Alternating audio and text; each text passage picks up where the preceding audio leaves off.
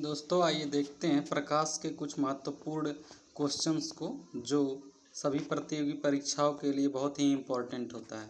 पहला क्वेश्चन है, प्रकाश छोटे छोटे कणों से मिलकर बना होता है जिसे क्या कहते हैं। यानी जो प्रकाश छोटे छोटे कणों से मिलकर बना होता है उसे फोटान कहते हैं। अगला क्वेश्चन हमारे पास है, कह रहा प्रकाश तरंगे किस प्रकार की हैं। तो प्रकाश तरंगे अनुप्रस्थ तरंगे होती हैं तथा ध्वनि तरंगे अनुदैर्ध्य होती हैं। तो अगर प्रकाश कहेगा तो अनुप्रस्थ, अगर ध्वनि तरंगे कहता तो अनुदैर्ध्य तरंगे होती। अगला क्वेश्चन है कि प्रकाश का तरंग सिद्धांत किसके द्वारा दिया गया था। तो प्रकाश का तरंग सिद्धांत हाइगेंस के द्वारा दिया गया था। अगला क्वेश्चन है, कह रहा है निम्नलिखित में कौन सी घटना यह निर्णय लेने के लिए सहायक होती है कि प्रकाश एक अनुप्रस्थ तरंग है। तो इसका सही उत्तर होगा ध्रुवण। ध्रुवण वह परिघटना है जिससे आप बता सकते हैं कि प्रकाश एक अनुप्रस्थ तरंग है, अनुदैर्ध्य नहीं। अगला क्वेश्चन है, प्रकाश के विद्युत चुंबकीय स्वरूप का खोज किसने किया था। तो प्रकाश के विद्युत चुंबकीय स्वरूप का खोज मैक्सवेल नामक वैज्ञानिक ने किया था। अगला क्वेश्चन है, सर्वप्रथम यह दिखलाया कि प्रकाश तरंगों का विवर्तन होता है। यानी कौन सा ऐसा वैज्ञानिक है जिसने सबसे पहले बताया था कि प्रकाश में विवर्तन की घटना होती है। तो ये बताया था ग्रेमाल्डी ने। अगला क्वेश्चन है, कह रहा है प्रकाश विद्युत प्रभाव का प्रतिपादन किसने किया था। तो ये पीछे ही हमने पढ़ा था कि अभी पीछे हमने पढ़ा है कि प्रकाश का विवर्तन किसने बताया था। तो विवर्तन बताने का कार्य ग्रेमाल्डी ने किया था। और ये पूछ रहा है कि प्रकाश विद्युत प्रभाव को किसने बताया था। तो उसका आंसर हो जाएगा आइंस्टाइन ने।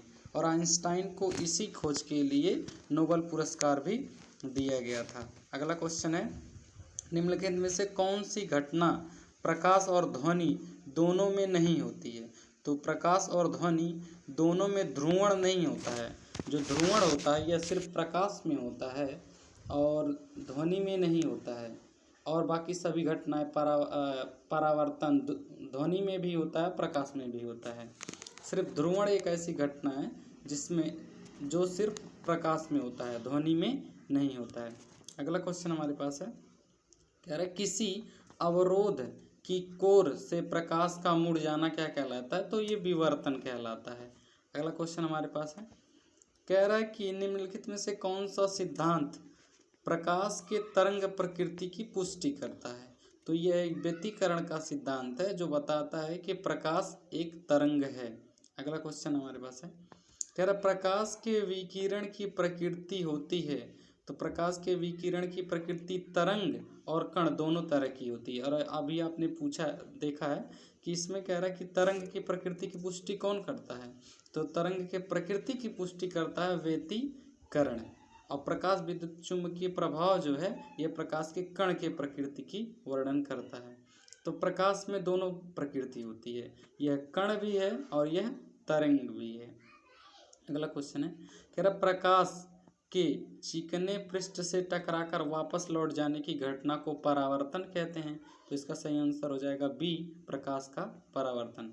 अगला क्वेश्चन है कि प्रकाश में ध्रुवण की घटना से यह सिद्ध होता है कि प्रकाश तरंगे कैसी होती हैं, अनुप्रस्थ तरंगे होती हैं। अगला क्वेश्चन है, कह रहा है कि सूर्य लगभग 4×10⁻26 जूल प्रति सेकेंड की दर से ऊर्जा दे रहा है। सूर्य से इतनी ऊर्जा निकलने से उसका द्रव्यमान किस दर में कम होता है। तो उसका द्रव्यमान 4×10⁹ kg पर सेकेंड की दर से उसका ऊर्जा खत्म हो रहा है। अगला क्वेश्चन है कि प्रकाश का वेग सर्वप्रथम किसने ज्ञात किया था। तो प्रकाश का वेग सबसे पहले रोमर ने ज्ञात किया था। और प्रकाश का वेग कितना होता है, 3×10⁸ मीटर पर सेकेंड स्क्वायर। अगला देखते हैं, 8 मीटर पर सेकेंड स्क्वायर नहीं होता है। अगला क्वेश्चन है, प्रकाश का वेग अधिकतम होता है। तो प्रकाश का वेग अधिकतम निर्वात में होता है। निर्वात मतलब जहाँ हवा नहीं होती उसे निर्वात कहते हैं। माध्यम के तापमान में वृद्धि के साथ प्रकाश की गति वैसी की वैसी रहती है। यानी कि माध्यम में आप तापमान बढ़ाएंगे उससे प्रकाश के वेग में कोई परिवर्तन नहीं होगा। अगला क्वेश्चन है कि जल, कांच व हीरे में प्रकाश की चाल निम्न कम होती है, यानी कैसे कैसे ये कम होते जाता है। तो सबसे ज़्यादा प्रकाश की चाल जल में होती है, उसके बाद कांच में होती है और सबसे कम प्रकाश की चाल होती है हीरा में। आगे देखते हैं, चंद्रमा से पृथ्वी तक आने में प्रकाश लगभग कितना समय लगता है। तो चंद्रमा से पृथ्वी तक आने में सिर्फ 1 सेकेंड का समय लगता है, जबकि अगर आपसे पूछे कि सूर्य से पृथ्वी तक आने में कितना समय लगता है, तब आप लोग बताइए, सीधे सेकेंड में याद रखिए, 500 सेकेंड लगता है। अब मिनट में बताते हैं, 8 मिनट और कुछ सेकेंड करके। आप सीधे अगर सूर्य से कहेगा तो 500 सेकेंड, अगर चंद्रमा से पृथ्वी तक कहेगा तो 1 सेकेंड। अगला क्वेश्चन है, सूर्य की रोशनी को पृथ्वी तक पहुंचने में कितना समय लगता है। तो वही 8 मिनट और आगे कुछ सेकेंड, आप सेकेंड में याद रखिएगा 500 सेकेंड। अगला क्वेश्चन है, चटका हुआ कांच चमकीला प्रतीत होता है। तो यह पूर्ण आंतरिक परावर्तन के कारण चमकीला प्रतीत होता है। हीरा भी इसी के कारण चमकीला प्रतीत होता है।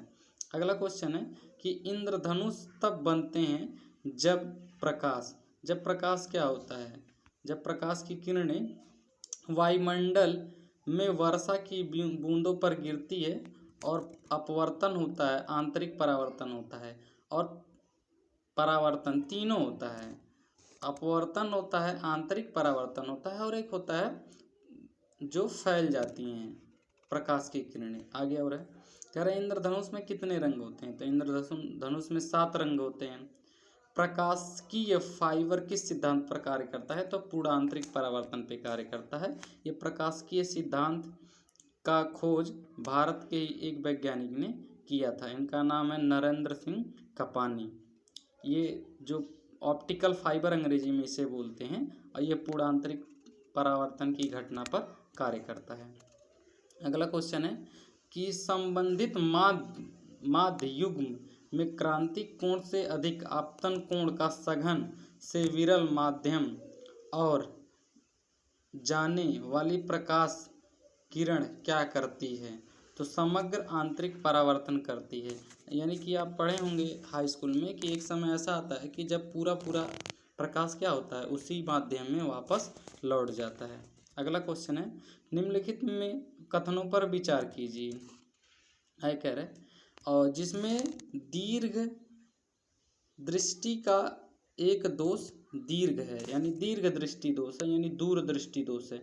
जब दूर दृष्टि दोष होता है तो व्यक्ति को दूर की वस्तु दिखाई देती है और नज़दीक की वस्तु दिखाई नहीं देती है।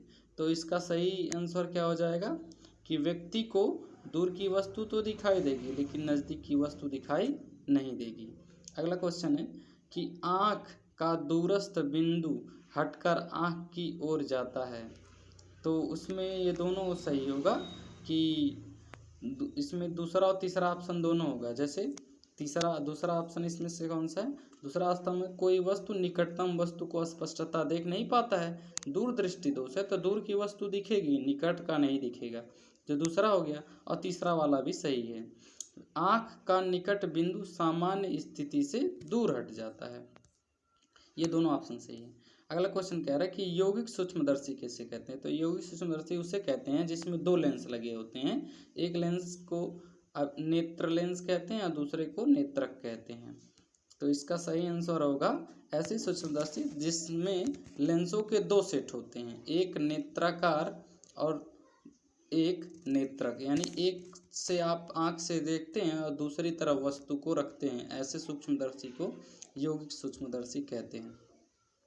अगला क्वेश्चन है, किसके कारण आकाश नीला दिखाई देता है। तो ये तो बहुत इम्पोर्टेंट और बहुत बार पूछा गया क्वेश्चन है कि जो है प्रकीर्णन की परिघटना के कारण आकाश नीला दिखाई देता है। प्रकीर्णन मतलब प्रकाश अपने कई रंगों में विभक्त हो जाती है, उसी को प्रकाश का प्रकीर्णन कहते हैं। जब प्रकाश किरण एक माध्यम से दूसरे माध्यम में जाती है तो इसका क्या होता है। तो एक माध्यम से दूसरे माध्यम में जब जाती है तो आवृत्ति तो समान रहता है, इसके तरंगदैर्घ्य वगैरह बदलते रहते हैं, आवृत्ति क्या होगी, समान बनी रहती है।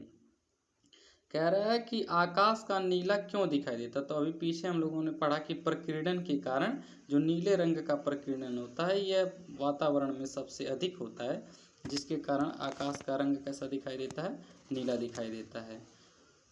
आज के लिए इतना ही। अगर आपको वीडियो अच्छा लगा हो तो चैनल को सब्सक्राइब करें, शेयर करें। जय हिंद, जय भारत।